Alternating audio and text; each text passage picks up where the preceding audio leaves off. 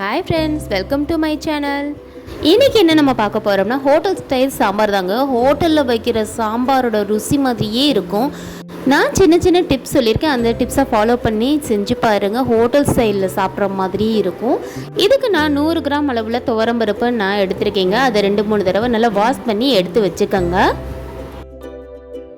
நம்ம எடுத்துருக்க அளவில் பருப்பு மூழ்கிற அளவுக்கு நம்ம தண்ணி சேர்த்துக்கிட்டா போதுங்க. பருப்பு வேக வைக்கிறப்ப 2-3 பூண்டு பற்களை தட்டி போட்டால் ரொம்பவே வாசமாகவும் இருக்கும், வாயு தொல்லையும் இருக்காது.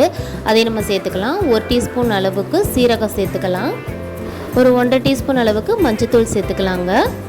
1 டீஸ்பூன் அளவுக்கு விளக்கெண்ணெய் சேர்த்துக்கலாம். விளக்கெண்ணெய் இல்லைன்னா நல்லெண்ணெய் கூட சேர்த்துக்கலாங்க. நான் நல்லெண்ணெய் தான் சேர்த்துருக்கேன். நம்ம சேர்த்த பருப்பு தண்ணி எல்லாத்தையுமே மிக்ஸ் பண்ணிக்கலாங்க. மிக்ஸ் பண்ணதுக்கப்புறம் பருப்பை நல்லா வேக விட்டுருங்க. பருப்பு நான் ஒரு 3 விசிலுக்கு நான் வேக விட்டு நான் எடுத்துருக்கேங்க. மாங்காய் பாருங்கள், மரத்துலேருந்து அப்போ தான் பறிச்சுட்டு வந்தது. சாம்பாரில் சேர்க்கலான்னு பறிச்சுட்டு வந்தேங்க. பாருங்கள், அப்படியே பால் வடிஞ்சு நிற்கிது. அது நல்லா வாஷ் பண்ணிவிட்டு நம்ம கட் பண்ணி சேர்த்துக்கலாம். பருப்பு நல்லா வெந்துருச்சு.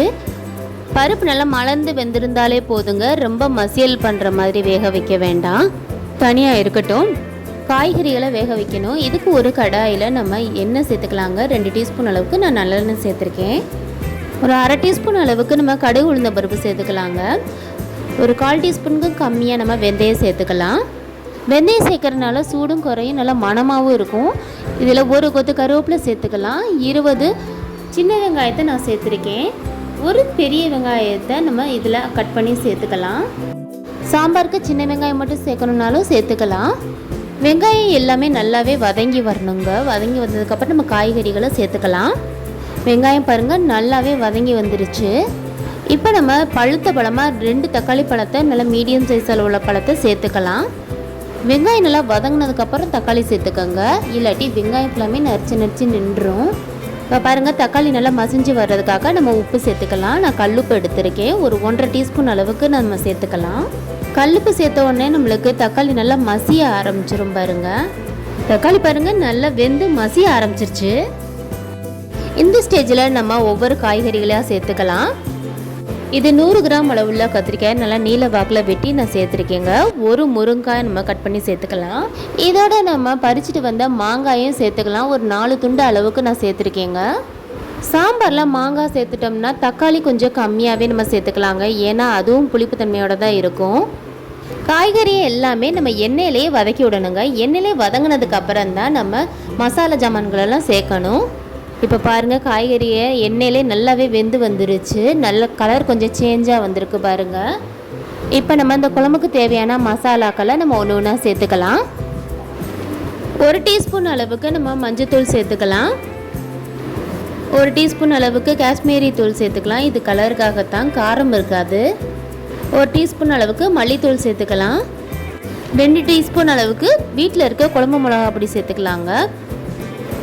காரத்துக்காக 2 பச்சை மிளகாயை கீரி சேர்த்துக்கலாம்.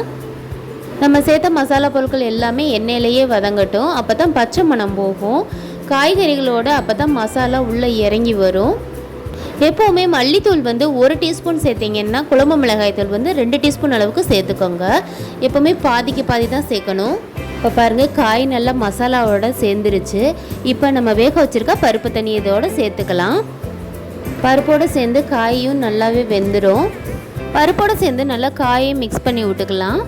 நம்ம குக்கரில் சமைக்காமல் வானொலியிலேயே சமைக்கிறதுனால நம்மளுக்கு முழு பெனிஃபிட்ஸுமே நம்மளுக்கு கிடைக்கும். காய்கறியை எதுவுமே குழஞ்சு போகாத அளவுக்கு இருக்கும். முடிஞ்ச வரைக்கும் கடலெண்ணெயிலையும் நல்ல நிலையும் சமைச்சு பாருங்கள். ரொம்பவே ஹெல்த்தியாகவும் நம்ம ஃபீல் பண்ணுவோம். ஒரு சின்ன லெமன் சைஸ் புளியை அரிசி களைஞ்ச தண்ணியில் ஊற வச்சு அதை இதோடு சேர்த்துருக்கேன். குழம்பு கொஞ்சம் கெட்டிப்பதமாக இருக்கிறதுனால நான் 2 கப் அளவுக்கு நான் தண்ணீர் சேர்த்துருக்கேன். எப்போவுமே புளி தண்ணி சேர்க்குறப்ப காய் வெந்துருச்சான்னு பார்த்துக்கோங்க. காய் வெந்ததுக்கப்புறம் தான் புளி தண்ணியே சேர்க்கணும், இல்லைன்னா காய்கள் ஃபுல்லாமே விரைச்சி போயிடும். பாருங்கள், நம்ம சேர்த்துருக்க முருங்கைக்காய் அது எடுத்தவொடனே பாருங்கள் அப்படியே உடையுது பாருங்கள். இதுதான் கரெக்டான பதம். காய்கள் எல்லாமே வெந்ததுக்கான கரெக்டான பதம். இந்த ஸ்டேஜில் நம்ம கொத்தமல்லி தூவிக்கலாம். சாம்பாரில் புளிப்பு சுவையும் கார சுவையும் பேலன்ஸ் பண்ணுறதுக்காக நான் 1 துண்டு வெல்லம் சேர்த்துருக்கேங்க. வெல்லம் சேர்த்தாதாங்க ஹோட்டல் ஸ்டைல் சாம்பார்லேயே இருக்கும். பாருங்கள், குழம்பே சூப்பராக இருக்குது. கொத்தமல்லி தூவ மறந்துடாதீங்க. கொத்தமல்லியை கண்டிப்பாக சேர்த்துக்கங்க. காய்கள் எல்லாமே வெந்துருச்சு பாருங்கள். நம்ம சாம்பாருக்கு ஒரு குட்டி தாளிப்பு ஒன்று கொடுத்துக்கலாம். ஹோட்டல் ஸ்டைலில் சாம்பார் வரணும்னா ஒரு குட்டி தாளிப்பு ஒன்று நம்ம கொடுத்துக்கலாம். இதுக்கு ஒரு கடாயில் நம்ம 1 டீஸ்பூன் அளவுக்கு எண்ணெய் சேர்த்துக்கலாம். 1 டீஸ்பூன் கடுகு, 1 டீஸ்பூன் சீரகம் சேர்த்துக்கலாம்.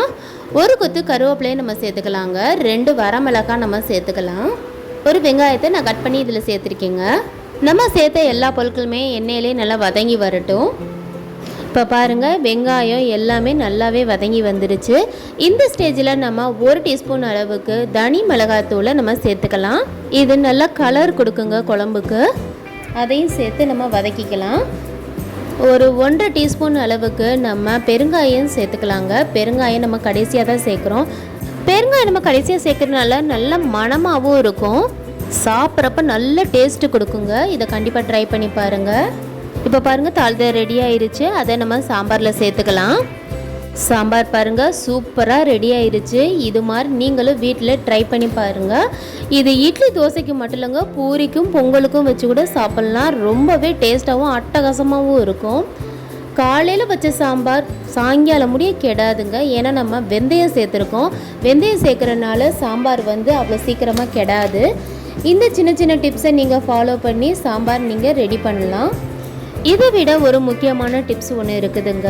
நம்ம சாம்பாரை இறக்கி வச்சதுக்கப்புறம் சர்வ் பண்ணுறதுக்கு கொஞ்சம் நேரத்துக்கு முன்னாடி நம்ம 1 டீஸ்பூன் அளவுக்கு நெய் நம்ம சேர்த்துக்கலாம். அது இன்னும் நம்மளுக்கு டேஸ்ட்டு கொடுக்கும். சாதத்தை சுட சுட வச்சு இந்த சாம்பாரை ஊற்றி சாப்பிட்டு பாருங்கள், அப்படியே ஹோட்டல் ஸ்டைல்லையே இருக்கும். நீங்கள் உங்கள் வீட்டில் ட்ரை பண்ணி பார்த்துட்டு எப்படி இருக்குன்னு சொல்லி எங்களுக்கு கமெண்ட் செக்ஷனில் சொல்லுங்கள். இந்த சாம்பார் வீடியோ உங்களுக்கு பிடிச்சிருந்துச்சுன்னா லைக் பண்ணுங்கள், ஷேர் பண்ணுங்கள், சப்ஸ்கிரைப் பண்ணுங்கள். மீண்டும் அடுத்த ஒரு வீடியோவில் சந்திக்கிறேன். டாடா, பாய்.